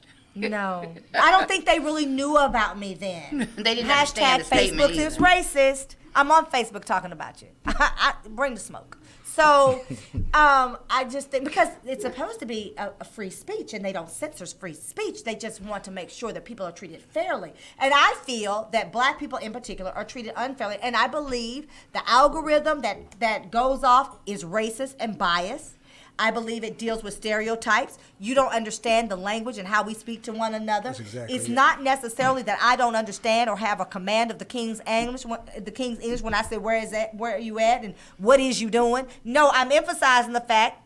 When I say what is you doing, I'm like, well, what are you doing? Why are you taking so long? Right. You know, when I say where you at, that is a term of endearment. Right. It's not broken English. I'm speaking to someone who understands that I have a command of the King's English, and I'm emphasizing a point that my white counterpart not only does not know, but should not know. Right. Because black And Twitter, therefore, they're not fit to evaluate. not fit. You know, and I They don't believe have it's beyond standing. the brevity and scope of your role. Well, see, What I they say- thought what they say, Facebook get was off that something you stuff. talk to people you like and you all hash it out there. I never even knew there was this level of surveillance. I should not be surprised, but I didn't know that there was this level of surveillance. Our friend Hillary has always talked about going to Facebook jail. I thought it was a joke. No, she stays in Until- Facebook jail because she. And another guy, and I only know black people who go to Facebook jail now that I think about it. I've never Larry heard anybody Goodwell. white say they went to Facebook jail. I know some. Oh, are they allies? No. Oh, okay. Really? So are they racist? I don't think he's racist, but I think he just has a strong point. You know what I'm saying? I think he called somebody. I forgot what he said. If you call them a name, it's. I think he called him stupid or something like if that. you're on some Yeah. nanny boo boo type stuff, you Yeah. get put in jail. Yeah, I think he said he called him stupid or something. Who are these thin-skinned people calling this stuff in, though? Because I think I may have been called stupid or dumb. And so what I'm supposed to do then is snapshot that and send it to this No, Monica you lady? just hold it on the button, and then it says, "Do you want to report?" And then you block the person. Or I've seen that. Yeah. and then you report. So I have never reported anyone at Facebook, and I've had some stuff said to me. I've had some stuff said to me too, especially about politics, and I've never reported anybody, but I'm reporting them now. Yeah, So, let's like, play. we're a little different. Like, we talked about this with my friends. Just segue for a second. Like when we grew up, like there was no like bullying in the school because like you Right. say something about me, I'm gonna say something back. You know what I'm saying? I'm not gonna tell a teacher nothing like that. But like our kids And are go a little cry. soft today, but. But you know why? And again, I'm telling you, it's because of racism. This whole thing about everybody gets a trophy. When the little black kids and Hispanic kids, you know, when the whooping black and the tail. brown kids was out there on the football field and Winning after the everything. Pop Warner basketball teams, and because wait a minute, now let me get this out. And I'm saying what I know because of Highland Park red shirt. You know how you get red shirt when you're in school? You're a freshman, you get a red shirt. They keep your eligibility For an because they're extra not going to year. put that, and you get that eligibility. So you get your 4 years of eligibility. It's red shirt. Let me tell you what they're doing in Highland Park. I'm about to say something going to get me in some trouble. In Highland Park, and a girlfriend of mine was like, oh no, that's real. They have kids that they hold back and do not put them in kindergarten at 5 years old. They put them in kindergarten at 6 years old. Then they tell you that your little black or brown baby doesn't, something's wrong with them. Have you taken them to the doctor? I've had someone tell me, and her son scored off the charts. Like I think he missed on the whole STAR test all the days. I think he missed 3. Like maybe he missed 1 each day out of every day. So that's not even all the subjects, right? Something was wrong with him because he was 5 years old in Highland Park School District. Most of the other children that did not look like him, many of them, not all, but many of them were already 6 because they held them back. It's called Highland Park Red Shirt. So when they tell you that little Lake can sit down for, several hours without getting up, without being antsy, without then... Lake is a year older. Lake is a year older. So he's functioning as a first grader, even though he's in the kindergarten class. But this is all done for athletics, right? Well, hear me and hear me well. They said it was for athletics, but understand when you get to the 3rd grade and Lake is actually 9 going on 10 instead of 8 going on 9, his understanding of things may be far better. The way he responds to them may be far better. His test-taking skills may be better because he's a year older. And they start testing him in 3rd grade. So all the while, Lake is supposedly superior to Daquan. Not necessarily, but he's got a year on him. Now, by the time they get to 8th grade, and this is why they say it's okay, 7th, 8th, 6th, 7th, 8th grade, it starts to even out. So even the child that wasn't sitting as long, who may not have been, it starts to even out. His athleticism, Lake is not out necessarily outperforming him anymore through athleticism. And so now the belief system is that it's okay through these early years, 5 through, 8, 9, 10, is okay because eventually it starts to even out, even though we are considered to be inferior. See, when I tell you, if it doesn't make sense, there's a racist lurking about. But Coy, we have to look at ourselves too because one of my Howard classmates. Why are you putting your child in that school? To be mistreated. You. I already knew what you were going to say. Yes, my Howard classmate has a son in Alito ISD. And where said they that were he auctioning is off the children. The slave auction wow. school. So she says that this in the past 2 weeks, since all of this smoke has come, that because the kids are listening to their parents and they're talking about free speech, so now the kids are going down the hallway calling the black kids niggers to their faces, saying nigger, because they said it's free speech. And so they're daring the discipline from the school district. I'm not even kidding. This is in my phone, in my Howard alumni group, Dallas Howard alumni. Alpha Chapter Delta, and she's a smart girl, and she has she's had accountability, so we've talked, and I don't mind outing her. I'm not gonna say her name though. No, don't do that. But there are parents who really believe that there is some value in putting your children in these situations for athletic opportunity when still, the last I checked, maybe Chris, you could run some numbers, your child still has only a 0.000000001 chance of going to the NBA, the NFL, or heck, even the Major League Baseball. But you are going to sell his psyche damage just to go to school so that he can play ball. I can't understand it. I can't support it. And we cheapen ourselves when we want to turn around and claim that they don't treat us well there. I'm just going to say they don't want us. Let's say this and stop putting your children in places where they're unwanted. Right. So let me say you. this and then complain. And that goes for colleges. That goes for neighborhoods. I'm going to touch on that. That goes every time, especially within. But you don't like Jack and Jill. Between the Lord. Between every time we get into some kind of sorority something, the PWIs always say, "Well, I didn't go to an HBCU. I know I didn't go to an HBCU. I know how y'all are that went to an HBCU." Because we are taught to love ourselves and to love one another and to support and to help and to believe. And it's not the dog. Now, I'm not saying it's not competitive at HBCUs. I'm saying the dog eat dog, we don't really get that. We don't necessarily. Skin color is not the issue. It's not the issue. We just don't like you because we don't like you. So if you have a professor that's writing you, it's probably because he sees something in you and trying to pull out the best in you. Or they could really not like you, but we know it's not because you're black. But we'll be the ones to tell you your breast strength. At the PWI, they're not going to do that. But we will tell you need more than a So I'm sitting over here because I went to a PWI. Right. So I know exactly what you're saying. And I said this to myself. Would you want your daughters to go to a PWI? Nope. Why? Wait, hold on. Why? No, because I already know the experience is totally different. And like I had professors who try to deter me from like excelling. Mm-hmm. Like it's like, oh, this might be a little too hard for you. Nah, I just need to study a little more. That's all it is. That's right. Or why not offer the support? Because if you're in an HBCU, most HBCUs, because there's some people out there that are telling me, no, that wasn't their experience. Okay, well, then we're not talking to you. But for the most part, if you're struggling in a class, the professor has sent you a note, called you in and said, what's going on with you? You work at night? I remember being at school, and the professor was over the science department.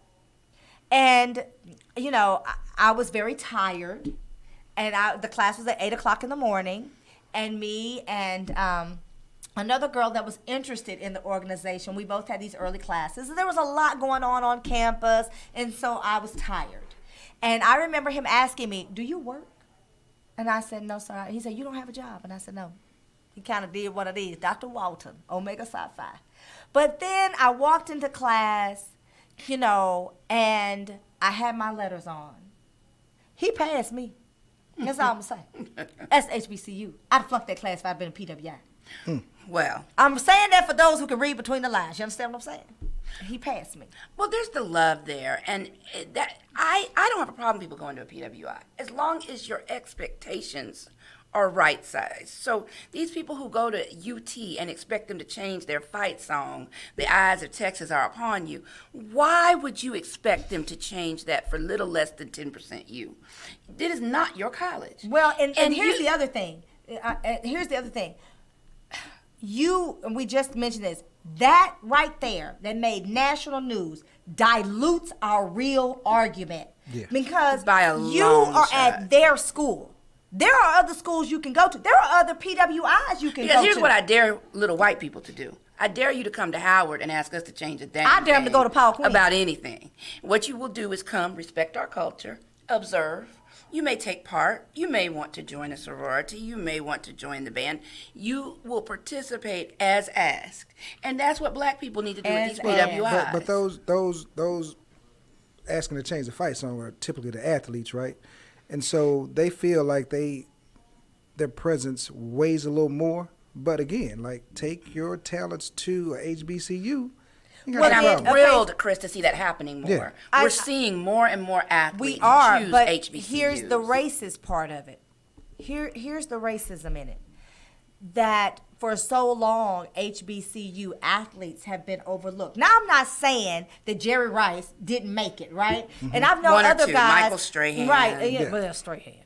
And so I mean, one or two in every generation. I got you, but the truth of the matter is, they believe they have to go. It's kind of like what I was saying about Jeff Dalton. If you joined us earlier, a lot of black to win, they think that's where you they got to go to Division I school. And so you know, when you get there and you say, "Well, I want you to change the fight song because of the feelings that I have," I understand why that request is being made, and I'm certainly not trying to admonish or suggest that they shouldn't make it. What I am saying is manage your expectations. Well, and not just manage your expectations. What I'm saying is that energy and the power that you wield from that situation, what can we turn it into for the betterment of the people that are at UT other than this song? Because nobody's going to go out and learn a new doggone song. Right. This school is how many years can old? we be honest? Most people singing the song are not singing it with slave master intent anyway. They don't even know what it's saying. They don't even know the history of the song. They don't even know what it's saying.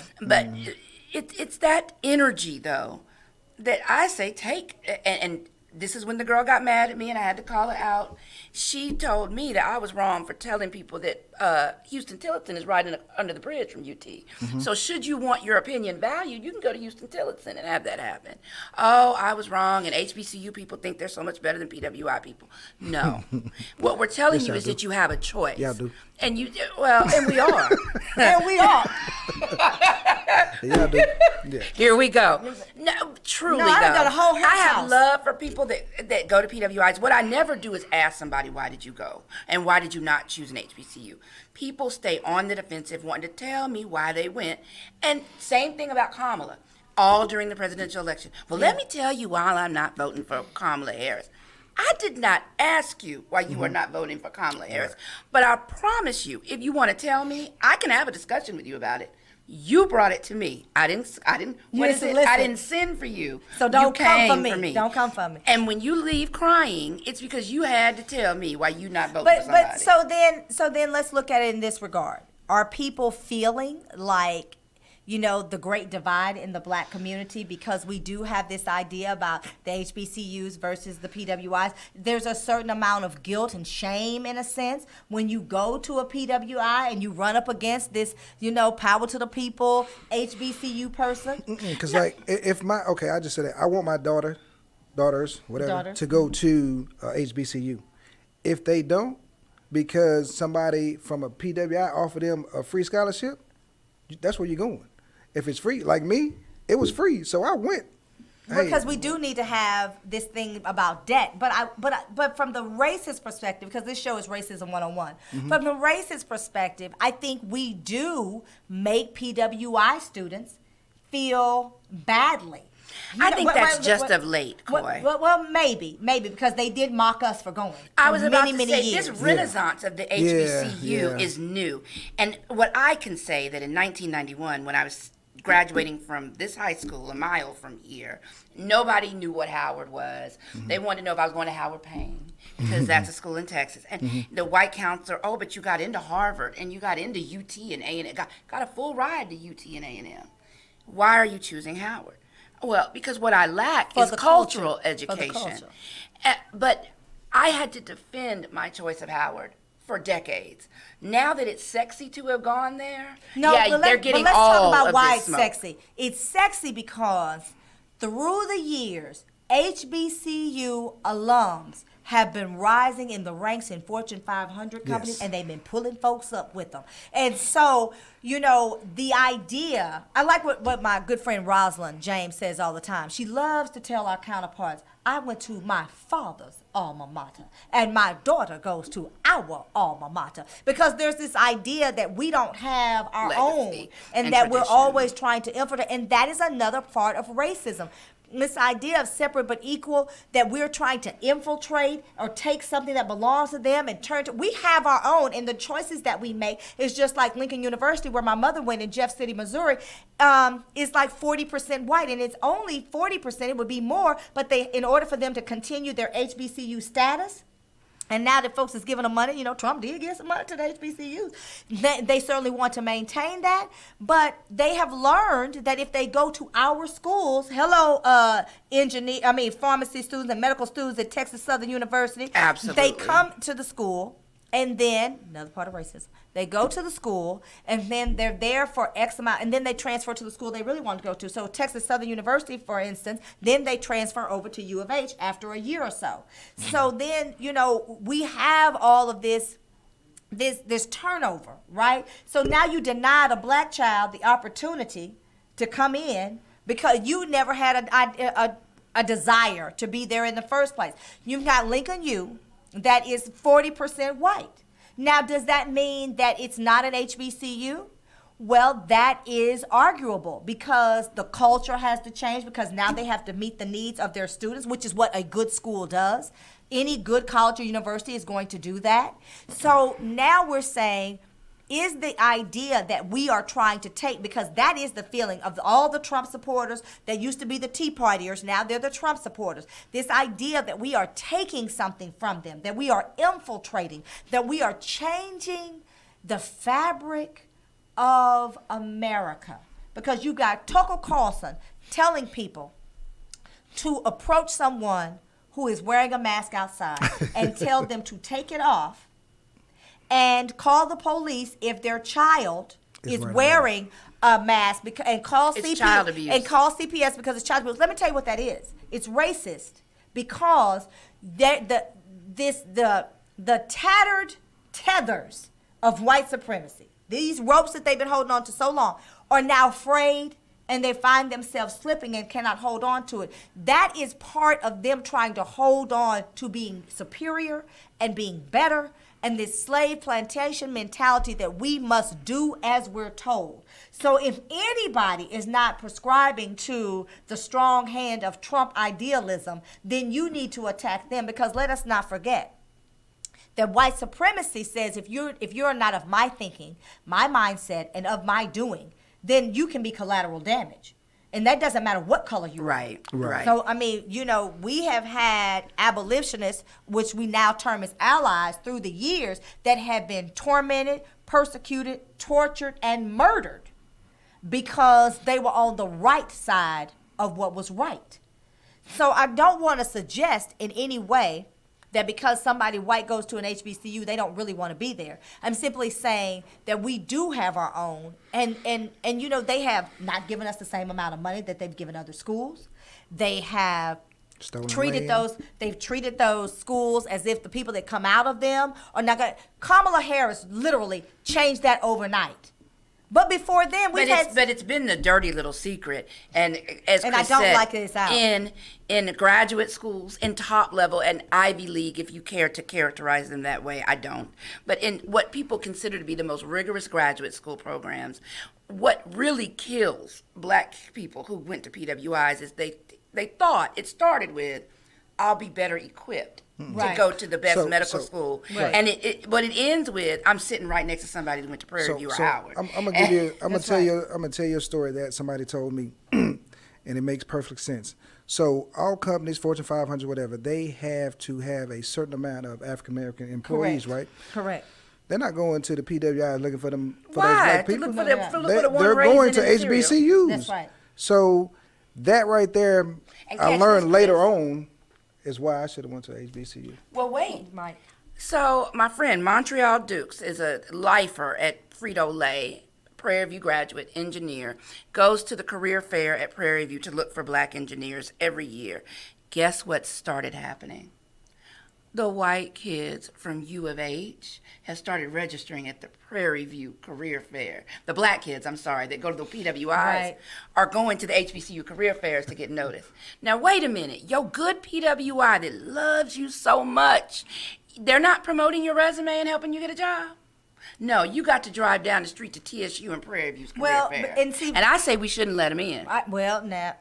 They still our people. No, they have that good UT education, that good Rice education. Let them find them a job. We for the culture. We got to bring everybody up. But for the culture. But we've been doing that, and that is why why HBCU students bring so much smoke, because for so long we knew that we could compete. Wait a minute, I can sum it up right here. Scandal. The daddy. What do we call him? Oh, Daddy Pope. Daddy Pope. We said we have to work twice as hard to get half as far. Yes. Every black mother has told their black child that when trying to educate them. And I have found myself repeating it, telling my child. You can't be just as good. You can't do what they do. You can't, well, Mama, you can't do that. You have to do X, Y, and Z. Because the minute it goes sideways, they're going to look at you. So what is this? Is this implicit bias when your name alone makes your resume get thrown out? Well, now they are actually looking for Daquan and Daquita. Right, but what I'm saying, like in the past. Because when I was taking the ITBS test, wait a minute. When I was taking the ITBS test, I never, because my brother was like a Black Panther. My oldest brother, he was just real militant, and he was like 18 years older than me. I would not check the box because of my name and last name being Berry. It always came back white. And I told my mama, she said, "Don't change it." Well, I think that's part of respectability politics, that we somewhere, and I think my parents were probably guilty of it, thought that if you gave your children race-neutral names, they would advance further in this world. And that's a shame. But we have a generation that wanted equality, not equity. They want to be next to white people, do what white people do, live with white people, because we thought we'd have the same outcomes. We have learned now that even though we now can live where they live, go to school where they go to school, sit next to them, eat next to them, we're actually worse off. Well, and we're actually worse off. You know what? And I think, and I'm saying this, I think the worst thing that ever happened to us was desegregation. That's Absolutely. like integration. That was the worst thing that ever happened to us because we had to see about one another. There tells a story. And those of us that were successful and had the income and had choice left people who needed community and left, to their own basically devices. left a brain drain. That's right. exactly what they left. They left a brain drain because this idea, and this comes from slavery. So again, there's this racist sentimentality that follows us, that we oftentimes embody, because the idea that we must assimilate. We need to demonstrate, and I talked about it earlier. I tip well so the person coming behind me knows that black women tip. Well, if the person comes behind me doesn't have to feel disparate treatment because maybe they didn't have as much to tip. Right. So I tip well so that hopefully that person doesn't catch any shade of any kind. Well, you're trying to shake a stereotype. Well, but I do it for the culture. Right. Because I don't want the next black person to have to deal with. So if I can just tip a little more, then I'm going to do that. Because I embody the idealisms and the sentimentality of how I'm being treated or how I'm being viewed or the stereotypes that people make about me. We are never free of wonder. We are never free of the burden of wondering what other people think about us and how what we do reflects on our whole culture. Right. You just said that. Black if tax. I tip It's black poorly, tax. I'm not just tipping poorly. I'm representing all black women, and now I've now advanced a stereotype. Or but yet when a white person steals something from the store, they're not put on. The white culture has a problem. Look at this white person. But black people do it. The TSU banned. Where do we go? Japan. Yeah, but I'm saying we do it. Like you said, we do it to ourselves. The black tax, as Corey is saying, when I hear about a mass shooting or something, the first thing I want to know, were they black? Yeah. And then we find ourselves saying, thank God they're not black. Yeah. But do white people have that burden? I don't think so. What white people do reflects only on them, and what a privilege that is. That what I do only affects me. Well, now let's be fair, because this show is Racism 101. We do say, and we all do it, they were white, weren't they? Mm-hmm. Oh, yeah. We do that. Or we say, who did that? Right. And we say, a Karen. Because we've now given them a name. Yeah. So, I think the stereotypes and the prejudice, and oftentimes just because they're a stereotype doesn't mean it's not earned. Oh, no. Stereotypes are based in truth. So, based on the truth. It's not the whole truth, but it is based that way. So, when we really unpack what racism looks like, I think we are just now starting to be able to expose it. Like, we've been seeing it for centuries, but now it's being exposed. So before we close, I want to say, to what end? We've got protests, we've got what's his name? We've got elections tomorrow. We got Derek Chauvin that's actually got convicted of all 3 charges, which none of us saw come. And I wish I would have posted it because I told my homeboy, he said, I wish you would have posted it. I think I told you too, didn't I? You posted that he was going to go. I said second-degree murder, but I told my homeboy, I said he's going to get all 3. And he said, You told me. He said, well, I told you too. I said he's going to get all 3. And he said, you should have posted it because you called it. But I didn't see how it could go any other way given the circumstances. But now what? I mean, we've got this black woman. She's pulled out of her car in 2019. We've seen it. But right before we could even get a verdict for Derek Chauvin, we've got Dante Wright. We're still finding out. So now we've got these protests. And now they're being prosecuted. To what end? Because I believe without qualified immunity, and that doesn't just go for police officers. That goes for elected officials, other people. What happens if we don't do that next step? What happens is what has always happened. We have 10 minutes being really mad, right? We're so woke, we can barely stand it.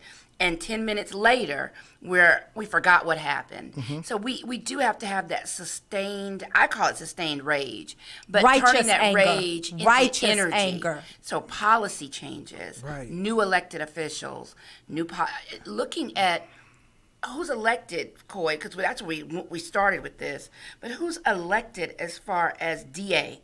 And who are the city managers and the mayors that are hiring the police chiefs? Right, so hold on, let me stop right there. This is sad because local elections are an issue. In DeSoto, they got a local election right now. Mm-hmm. Tomorrow. There are 38,000 registered voters in DeSoto. Mm-hmm. There's like 1,000 and some people who voted. Well, municipal elections don't. But that's don't a vote. problem because It's those a are the huge people who problem. It matters can most. make the quickest impact in your life. Well, and here's the thing. I always break it down like this. Trash pickup. You want your trash picked up, right? Right. Elect the city council people. Mm-hmm. Get your mayor, and shake their hand. These smaller cities, I'm about to say towns, smaller cities, you can actually know your mayor. You might be living next to him. Right. But Chris, I have the solution for that because we've tried to get people to come out in May. They don't. May is a country club. We need to put it at the same time. All these uniform election date. And they do that on Dallas purpose. has done that. Houston has done it. Missouri City has done it. Austin has done it. And the vote statistics flipped immediately from being 7% and 6% of the electorate voting to 20%. Yeah. And more minorities voting. Because minorities just keep having these May elections is actually racism. It's Black people racism. don't come and vote. It's racism because they know, and here's a prime example. Those of you that have been rocking with me a little while now, you know that I had a couple of candidates running for judge where I was the chief strategist on the campaign. And one of the things that was done, and I'm not going to call any names, because, they're gone. But one guy's not, and I'm going to stall him out.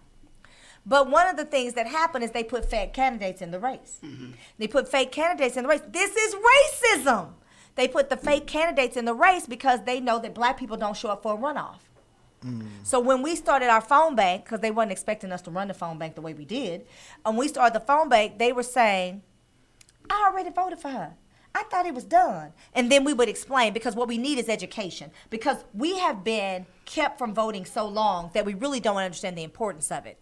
We have been taught that our vote doesn't matter because so many things have happened to good candidates, black, white, green, purple. So many bad things have happened where you knew that I was in Florida when, we all went to Tallahassee and we were trying to testify. They didn't allow it. I think they only let 1 or 2 people speak. Y'all check me if I'm wrong, Michelle, Sheree, y'all let me know, Sissy, y'all tell me if I'm wrong. But, Sheree and I were not the people that picked the ballots out of the dumpster.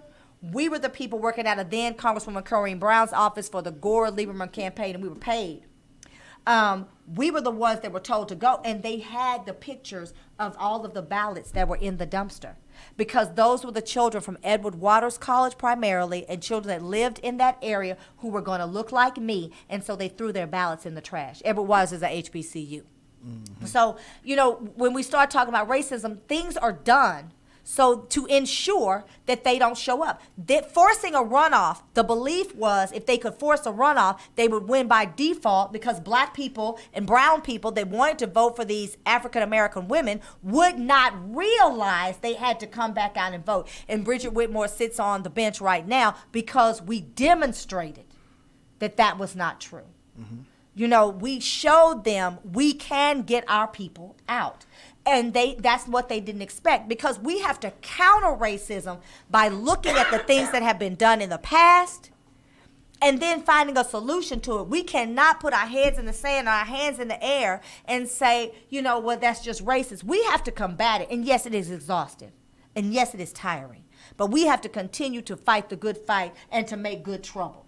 If we don't do that, then we are allowing racism to win. I said this show was going to be Racism 101 because I said we need to identify it and we need to talk about solutions for it. We got elections coming up. Y'all need to get out there and vote. If you want your trash picked up on time. Listen, let me tell you what a city council person can do for you. Tomorrow, May 1st. Let me tell you what a city council person can do. My parents are very seasoned. The lights went out on our side of the street. Other side of the street, no, it's a long story. I can tell you why. We on a certain grid, so on and so forth, because these are things you need to know. So I picked up the phone and called, not even my city council member, and y'all said, oh, well, Corey, you work in politics. Call them. They are elected to serve. When they make decisions, it is not just for their district, it is for the city. You pick up the phone and call them, and you talk to them in a way where they want to get involved. They called the director of Encore, and those people worked to replace the pole and all the little witchy baba beads that go on. All of that had to be done. It took them 10 hours to do it because the next day was going to be Saturday. But I called city council. I did not call TXU or Encore. That is what your city council people can do for you. And oftentimes they live very close to you. They're in your district. They are in driving distance. I ain't saying go over these people's houses if you don't know them now. But you know where they are because they're right there in the district. It's not like the president of the United States. Those are the closest people to you. You want to stop racism? Start voting. Start getting out there and telling people, if you don't do what I need you to do for this 80-year-old lady, then guess what? I'm going to run a whole campaign against you because your election is going to be up at some point. Right. And that is how we have black women sitting on the bench right now for that exact reason. There's somebody sitting on the city council, school board right now because the person that was there before them ticked me off. And that's a true story. They sit in their seat right now. You have power if you use it. The problem is we don't use our power. We're deterred too easily. Well, and we're too tolerant. People say, oh, black people, they're a forgiving people. We're not forgiving, we're tolerant. We are tolerant of the things that happen to us. We feel like we don't have any power. I'm on here right now telling y'all the hashtag Facebook is racist. I might be the only one that does it. Except for these two people. When he get out of jail, he doesn't do it. Yeah. Angelo's going to do it. Anytime you post anything, hashtag Facebook is racist because it's not fair that people can attack you on the way you look, your children. They can talk to you ugly and cuss you out. And then you have no recourse. And then when you do respond, you are the one that's punished. That's racism. And we have the power to do something about it if we make a decision to do something about it. The problem is we are deterred too easily. Mm-hmm. We feel like we got to have a full George Floyd protest to make something happen. That's not true. I'm going to close on this. There is a white guy named Joseph Jaworski. His grandfather was the person that ultimately took Nixon down. So, the man been in politics a long time. He's running, his hope is to run against Ken Paxton.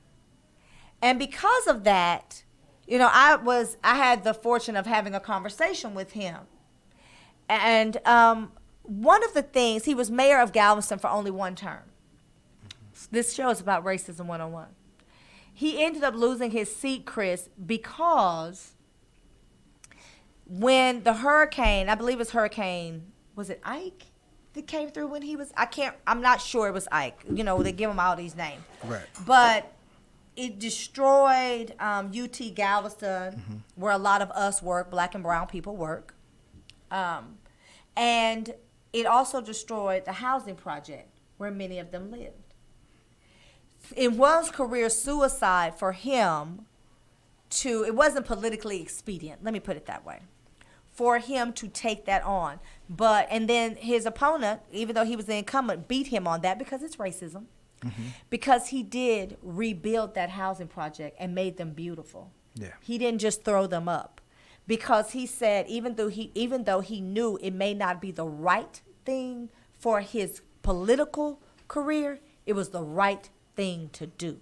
And it is always the right time to do the right thing. We have to start taking ourselves out of it.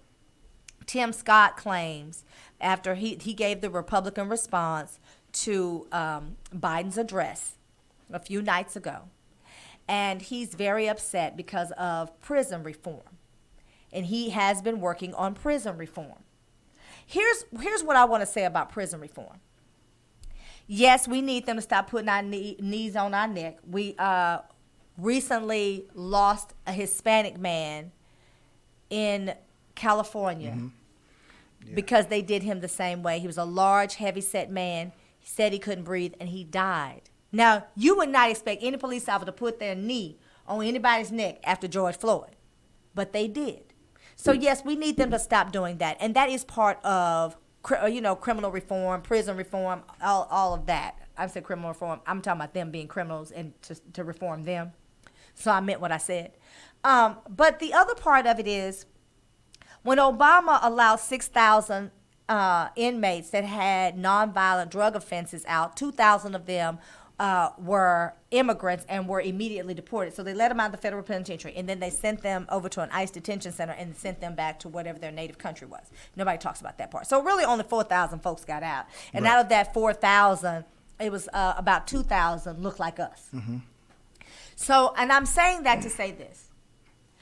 I don't know, because I haven't seen the stats of how many of them were returned to a state, because they probably didn't go to another federal charge, but a state charge because of recidivism, where you get out and you go back. Because in the federal prison system, there is no education that one would need as to how to look for a job online. So if you were in jail all of those years, and that's what Obama's point was, then you should be taught how to look for a job online, how to fill out a job application online, how to use Google, how to use your phone. Because now you're talking about HVAC, and yes, you do need people to fix it, but who hires people who have been in the federal prison system all that time? Right. So you have Georgetown University now. So when we talk about to what end, how long will they mourn me? No, I'm just joking. That's POC. When we start talking about what is this ultimately going to do for us, how is this going to help us? We've got the protests. We're convicting police officers now. What ultimately is going to be the change that comes? Well, you've got Georgetown University that is allowing inmates to get bachelor's degrees. Okay. But unless legislation is enacted that says you are going to hire these people, then what does that bachelor's degree do for them? How does that help them? So I guess that's why ban the box is so important. So talk about ban the box. Well, just ban the box. It's just like if you ban the box, simply is those who have been convicted or ex-felons or whatever, they don't have to disclose that they were, that they're ex-felons. Because like you serve your time. You've paid your debt to society. You've done everything you're supposed to do. You should be back a normal citizen, so to speak, in so many words. Because if the judicial system is such that we say it is, and you're locking them away so that they can be better and be reformed and rehabilitated, then why not give them a job? Right. So that's one of the things that Senator Corey did. He said in New Jersey, he was expunging records. Because here is the other thing, racism. It's not just about getting a job, it's about housing. And depending upon whether your mother lives or your wife or whatever your situation is, sibling, relative, loved one, depending on where they live, you may not be able to live with them. So here's the thing. So, because we throw that racism out like a lot, right? But when you talk about housing, right, or you're just talking about like prison, like they're in prison a lot of times for being black or being brown, right? And then you have judges who are known to like being reach partners, quotas. Yeah, being partners with like the prison system. That's so, right. Like so it all ties back to racism. Yeah, and but so, we know that. Yeah, but I'm saying we throw it out there, so we got to get the tap root of it. Right. Yeah. We know that. So now what are we going to do? Y'all need to vote tomorrow. You need to put hashtag Facebook is racist. Like that's so important. And then what you really need to do is when they start saying we're going to do this, because that was Crystal's point. They say we're going to do this. Georgetown, that's great. Give them bachelor's degrees. But is Georgetown lobbying right down the street to the legislature to ensure that they are able to get hired with their bachelor's degree? This is Corey with the Black Tea Sip. I have to leave it there. I hope you had a good time with me. We had a good time with you, and we'll do it again, same bat time, same bat channel next week.